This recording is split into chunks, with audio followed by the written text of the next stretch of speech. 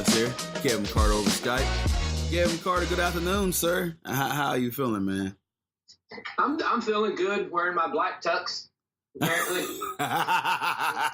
As Kevin just figured that out.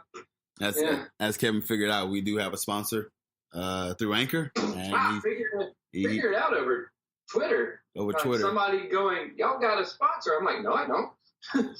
He's like, yeah, you do. Well, we appreciate the guy listening, and the host just doesn't know, I guess. He was like, no. I don't get informed upon these things. I'm just here for my body. Kevin we use him for his voice. He just our guy, and I guess I'm behind the scenes and make sure everything good. But hey, I'm just here.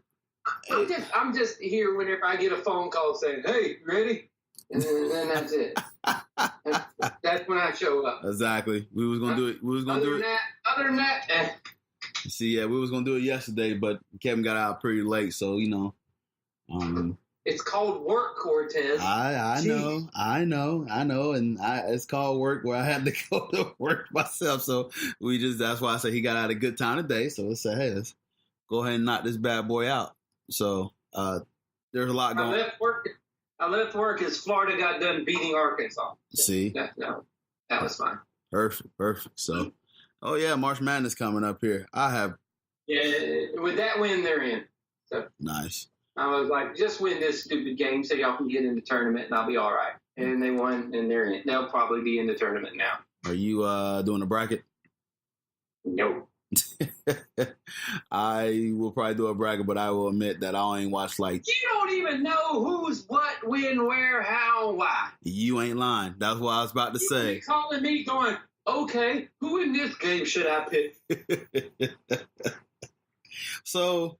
Usually I do watch... You're going to do a woman's bracket. So who got prettier colors? So usually I do start watching college basketball because my basketball team is heading to a lottery bound. But for some odd reason, they're teasing me slowly and killing me slowly because they're still have a playoff hunt, but they're losing to all these terrible teams. So it's back to the Orlando Tragic. They're about to break your heart. Yeah. So I was like, hey, you should have been watching college basketball to begin with. So they're going to get you to that. They're going to get you to the brink, and then they're just going to yank it out. Yeah. Like that dude did on Indiana Jones and the Temple of Doom. Dude, I predicted this. And I said they're going to be on the outside looking in. They'll get close, but they won't get in. But the way they're doing it is I think what's hurting me the most.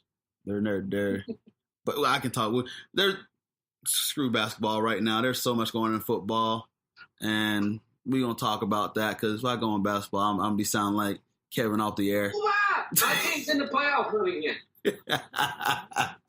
Yeah, they are. And then y'all got a tough stretch coming up too, but y'all play tough teams and can beat them. And beat them. And we beat the tough teams, but we lose to the shitty one. Oh, man. It sounds just like my basketball team. We'll play y'all here. We play you guys here coming up. We'll lose. No, we'll probably lose to y'all too because we'll be like, oh, they got toughness over the last few weeks, and Miami's tough. So I don't know. We'll see what happens. The East. We play y'all on Chris Bosh night. Yeah, I remember you telling me about that. The bottom of the East. He's like 26th. Yeah. All right, let's talk about some free agency moves, man. Le'Veon Bell. The trades, moves, all that stuff that's going on. It's crazy. It's just the people you didn't think would ever get moved to places are moving on. And then you have the Oklahoma City Thunder of the NFL in the Pittsburgh Steelers. Yeah. So Le'Veon Bell decided to go to the Jets. Yep. Signed a 4-year, $52.5 million deal. Thought he wanted more than that. And then also I remember the key part in the whole thing, $30 million guaranteed. Mm-hmm. That's the key in the whole thing, the guaranteed money. All these NFL contracts, you can do years and all that stuff. It's not about that anymore. It's about the guaranteed money. So, as Kevin mentioned about the Steelers, then we'll talk about Antonio Brown getting traded to the Oakland Raiders. For a 3rd and a 5th round pick. You mean to tell me my team, who needs a freaking wide receiver, couldn't give them a 3rd and a 5th round pick? Right. Frustrating, right? That's all it took to get Antonio Brown? That's all it took to get him? Yes, third and a fifth-round pick. That's it. So, this whole Steelers fiasco, what you make of this now that you got these two different players that's on the different teams now, and I'm sure, did you watch the shop with Antonio Brown and his comments on there? I did. Yeah, I watched that one. What you made of this whole fiasco now, and then hearing his part on the shop, where that show, if people didn't watch the shop, is a unrated, uncut show. LeBron James, that he get all these celebrities and athletes coming on here, but Antonio Brown's part was pretty candid. It was very animated about him and Ben Roethlisberger and the Steelers and stuff like that. And Mike Tomlin. No, he said what everybody thinks about Ben anyway.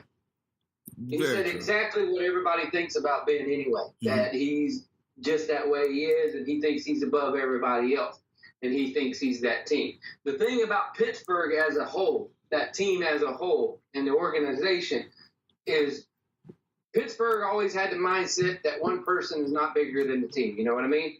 Yeah. And they always are able to fill a hole when one guy goes away and you're like, oh my God, what's going to happen now that this guy, just like last year, Le'Veon Bell sits out. Everybody, oh my God, what's going to happen? Their best running back is gone. What happens? James Conner comes in and goes absolutely nuts. Mm-hmm. Then when James Conner goes down, you're like, oh my God, what's going to happen again? Then the other guy comes in and he goes nuts. So the thing with Pittsburgh is they believe in their process. They believe in whoever we bring in is going to be able to do the job just like you did it. And that's their big thing. But they have that mentality. But Antonio Brown was absolutely right when he was talking about Ben Roethlisberger. Mm-hmm. It's because that's the way Ben Roethlisberger has been there so long, and he can do no wrong in the organization's eyes, that he's going to be able to do whatever he wants. Yeah. He's going to be able to say, do, and that's just how he is. And you just have to come to accept that's how Ben is. But Antonio was like, dude, get me away from this mess. Antonio was tired of it. He wanted a new contract. He wanted to get a little bit more money. He's getting up in age, so it's about that time for him to want to get that good contract to where he can settle down on it. And same with Le'Veon Bell. Le'Veon Bell was like, dude, just guarantee me the money, and we'll be done with it. They only guaranteed him $17 million. Yeah. When they offered him his last contract. Mind you, the years were more and the money was more, but the guaranteed money was less. And that's what he wanted. He was like, dude, just guarantee me some more money and I'll be back. They never wanted to guarantee him. They wanted to keep putting him on the franchise tag. He didn't want to do it. But that organization as a whole goes, look, this is what we're going to do. If you don't like it, we'll find somebody else to do your job. Yep. And they've been doing that for years. How many times have we thought they never had a wide receiver, and then somebody comes up out of nowhere and plays great? Juju Smith-Schuster. Yep, Juju Smith-Schuster. How many receivers have left that team and made a ton of money elsewhere and been terrible? Yeah, you're right. Like Wallace. Mm-hmm.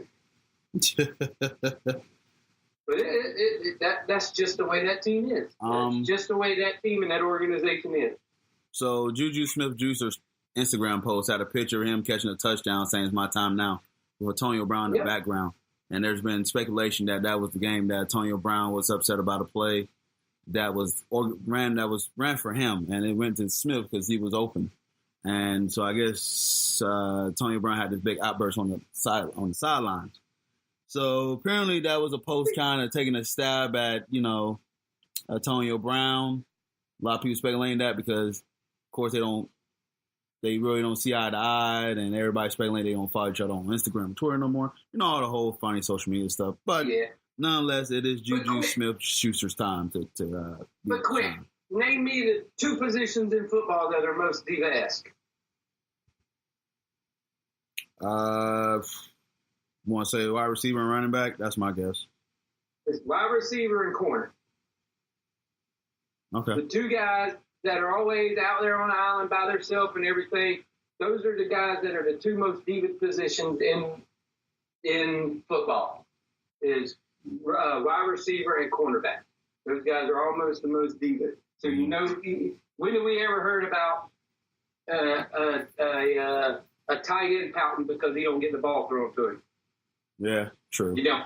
Yeah. You know, it's always a wide receiver. And in the corner, always is the other guy that thinks he's the diva and better and everything because he has to go up against the other diva on the other team. Yeah. So those, but that's just the way it is. You knew it was going to come. Juju, for the most part, has been quiet because he was that receiver after AB came along. Yeah. After AB was the receiver that came out of nowhere in Pittsburgh. Now it's Juju who's the receiver that's coming out of nowhere in Pittsburgh. Yeah. Pays when you got a halfway decent quarterback back there throwing you the football. Yep. That is very true. So, and we'll see how it works in Oakland for him. John Gruden is collecting a lot of draft picks, and for some odd reason, he gets Antonio Brown, who is 6 years older than Amari Cooper. Makes no sense at all. But, hey, what do we know? That's what John Gruden is doing. Earl Thomas got paid. We never know what John Gruden is doing. Yeah. No one ever knows what John Gruden is doing. John Gruden don't know what John Gruden is doing. That's 100% He just does. Yeah, he just does. Yeah. He has the same haircut as the owner. Yep. So they just do. And we'll see how it works out for him, which him being in Oakland, I hope it work out terrible. So, Oh, yes. And it all hinges on Derek Carr. Yeah. And how Derek Carr does. And if Derek Carr starts struggling, we'll hear it from AB. Mm-hmm. I know that's right. Earl Thomas got paid. Yeah, God. The Cleveland, he went to Baltimore. Yeah, the Ravens. You see the two people they signed at the exact same time from Baltimore? For Baltimore? They got him and Mark Ingram at the same time. They were like, here, we're going to take you and you. Did you see Mark Ingram's contract? Looking it up right now. How much did he get paid? Look at Mark Ingram's contract, and when you go, I don't know you looked at it. Let's see, Mark Ingram contract.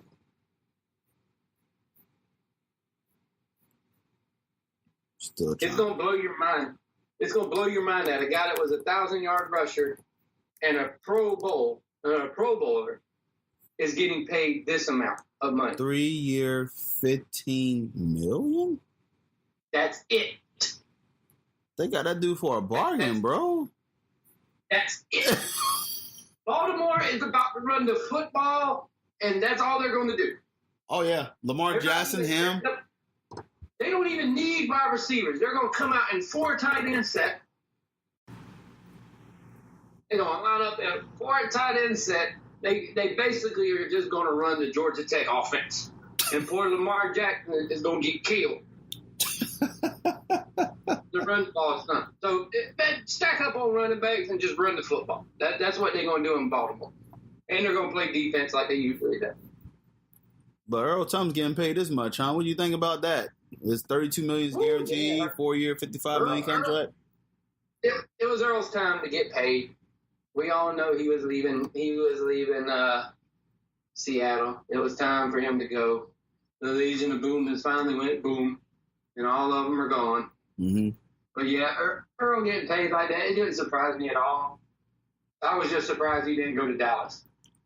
That was my big surprise. But then when they said Baltimore, I'm like, Baltimore? Like, dang. Yeah. Dang. I thought he was going to go to Dallas. Everybody's trying to leave Pittsburgh in the dust. That's what it seems like.